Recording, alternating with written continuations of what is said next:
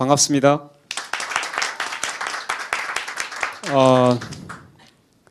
추진위를 출범시키고 난 이후로 한 달 정도가 지났습니다. 그리고 많은 분들이 궁금해하고 있을 거라고 생각합니다. 도대체 저들이 저런 무모한 짓을 해서 무엇을 할 것인가?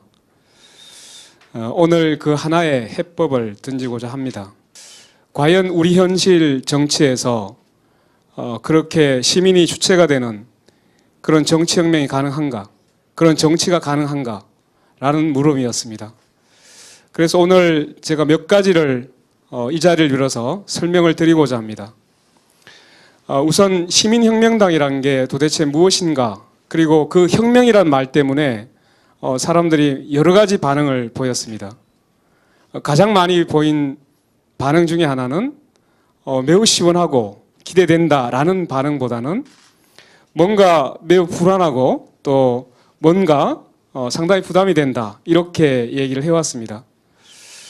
그런데 여러분, 혁명이란 말은 그렇게 어려운 말은 아니었습니다. 자기에게 주어진 운명을 그게 순응이나 굴종하지 않는 것이죠. 자기 스스로가 그 운명을 바꾸고 개척해 나가는 것을 혁명이라고 하는 거였죠.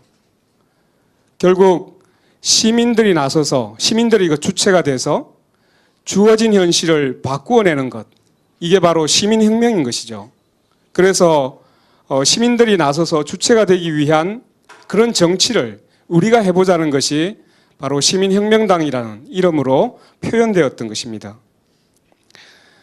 시민이 나서지 못하는 정치는 결국 특정 세력에게 또는 기존 정치인에게 우리의 권한을, 우리의 권력을 맡겨두는 이런 현실이 계속 반복되어 왔던 겁니다. 우리 헌법에 이렇게 되어 있죠. 권력은 국민으로부터 나온다라고 되어 있습니다. 결국 주권자인 시민, 그 시민이 권력의 주인이었습니다. 주인인 시민이 자신의 권한을 되찾는 것, 그것이 바로 시민혁명당이 목표로 하고 있는, 추진하고 있는 가장 중요한 목표입니다. 이렇게 얘기를 했습니다. 저보고 권영국 변호사가 그동안 보여왔던 그 행보는 누구보다도 과격했고 또 매우 선명했다. 그런데 시민이라는 말이 어울리느냐 이런 말을 또 했습니다. 저는 희망버스를 여러 번 탄 적이 있습니다. 노동자들이 자신의 권리를 찾지 못하고 사지로 몰릴 때, 절망으로 몰릴 때 그들에게 가장 먼저 손을 내밀었던 것은 시민이었습니다. 그 시민이 노동자들의 손을 잡았을 때 무사히 땅으로 내려올 수가 있었습니다. 이것은 앞으로 우리 정치 지형이 매우 주목해야 될 지점이라고 생각하고 있습니다. 단순히 누가 중심 또 누구를 그 중심에 세우느냐가 문제가 아니라 실제로 우리 사회에 다양한 피해자들이 어떻게 손을 잡을 것인가, 그리고 그 다수가 어떻게 정치의 주체로 나설 것인가가 앞으로 우리의 정치 현실을 바꿀 수 있는 매우 중요한 과제가 될 것이다 라는 말씀을 드릴 수 있습니다. 그리고 이런 얘기를 저도 해왔습니다. 내가 누구를 대변할 것인가, 내가 정치인이 되면 누구를 대변할 것인가, 이런 표현을 썼습니다. 그런데 어느 순간 이런 생각이 들었습니다. 내가 무엇이라고 남을 대신해, 그리고 내가 무엇이라고 다른 사람을 대변해. 원래 주인이었던 우리가 스스로를 얘기할 수 있어야 된다. 스스로를 대변할 수 있어야 된다. 나설 수 있어야 된다는 것이 우리가 지향해야 될 정치가 아닐까라는 생각이 들었습니다. 결국 우리의 권한을 특정인에게 맡겨두는 것이 아니라 일상 속의 평범한 시민들이 스스로가 주인이 돼서 나서는 정치가 이제 필요하다라는 말씀을 드리고 싶었습니다. 그러면 이렇게 물을 수 있습니다. 시민이 주체가 됐다? 시민이 주인이 되었다. 그러면 그걸 통해서 무엇을 하려고 하는가에 대해서 궁금해할 수 있습니다. 그 해답은 매우 간단합니다. 처음에 제가 말씀을 드렸습니다. 당신이 하려고 하는 일이 우리 현실에서 얼마나 무모하게 보이는지 아느냐라고 했을 때 저는 이렇게 대답할 수가 있었습니다. 우리 현실이 얼마나 무모하고 황당한지를 우리는 직시해야 한다. 지금 세월호 참사에 대해서는 정부 스스로가 나서서 진상규명을 방해하고 있습니다. 노동계약을 경제살리기 정책으로 포장을 해서 대통령이 앞장서서 노동자의 삶을 절망으로 빠뜨리고 있습니다. 정부가 그리고 국가가 미래 세대의 생각을 지배하겠다는 욕심으로 역사교과서를 국정화시키겠다고 했습니다. 그리고 얼마 전에 매우 황당한 일이 벌어졌습니다. 피해자들에 대한 동의 없이 그리고 민족의 자긍심을 심각하게 침탈하는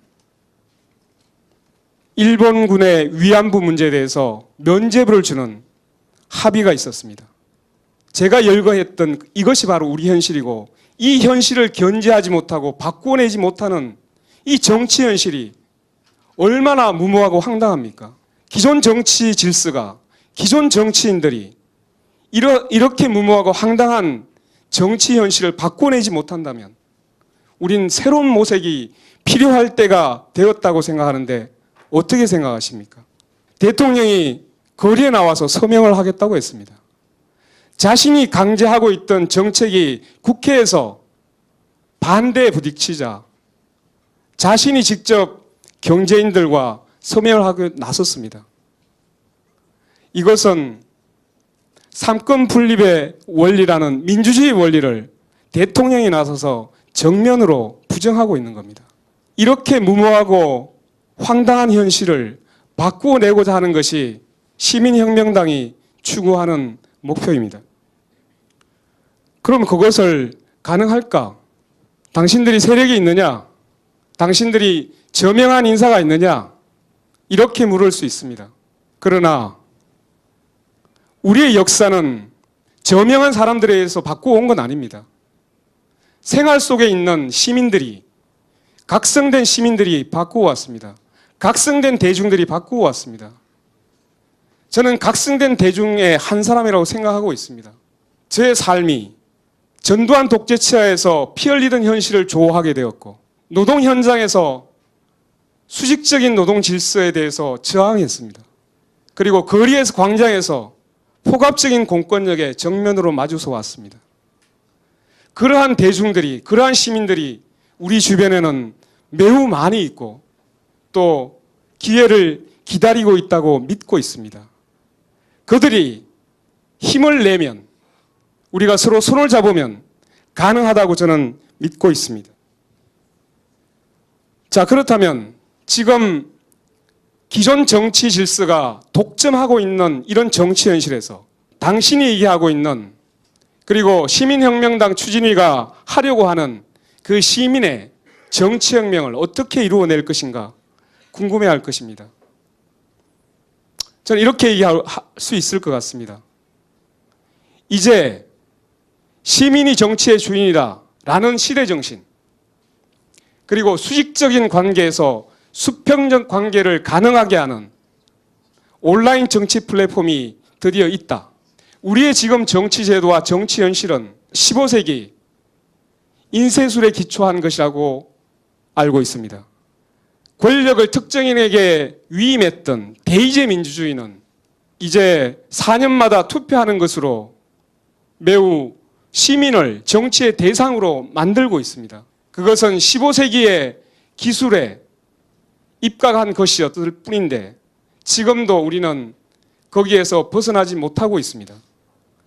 21세기 온라인 IT 혁명이 일어나는 시대에 여전히 몇백 년 전에 있었던 정치 제도에서 벗어나지 못하고 있습니다. 그래서 감히 이렇게 얘기하고 싶습니다. 이미 우리 사회에서는 그리고 세계적으로 가장 온라인과 디지털의 보급률이 높습니다. 21세기 디지털 시대는 1대1, 1대다, 그리고 다대다 소통이 가능한 기본적인 장치가 마련되어 있습니다. 바로 이 21세기 디지털 기술은 그동안 보여왔던 수직적 관계를 수평적 관계로 바꾸어 놓을 수 있는 매우 중요한 수단이 존재하고 있다는 것을 의미합니다. 그래서 오늘 시연하고자 하는 온라인 정치 플랫폼은 바로 이러한 일대다 다대다 수평적 관계의 의사소통이 어떻게 가능한지를 우리는 오늘 보여주게 될 것입니다. 이렇게 수평적 관계를 통한 의사소통이 가능할 때 우리의 정치 현실은 시민이 직접 참여해서 결정하는 집단적 의사결정 구조가 가능하게 될 것이라고 믿습니다.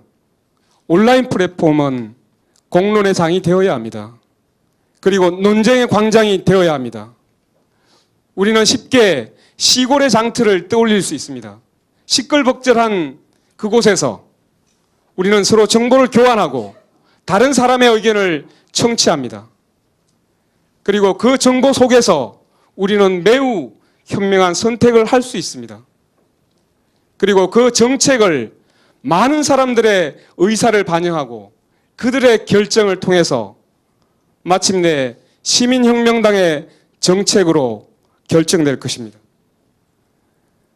이러한 의사소통 구조가 가능하게 된다면 그동안 전문가나 특정한 정치인의 전유물이었던 정책이나 정치적 행동이 이제 시민의 모두의 노력의 결과물이 될 것입니다. 여러분, 마지막으로 강조하고 싶은 게 있습니다.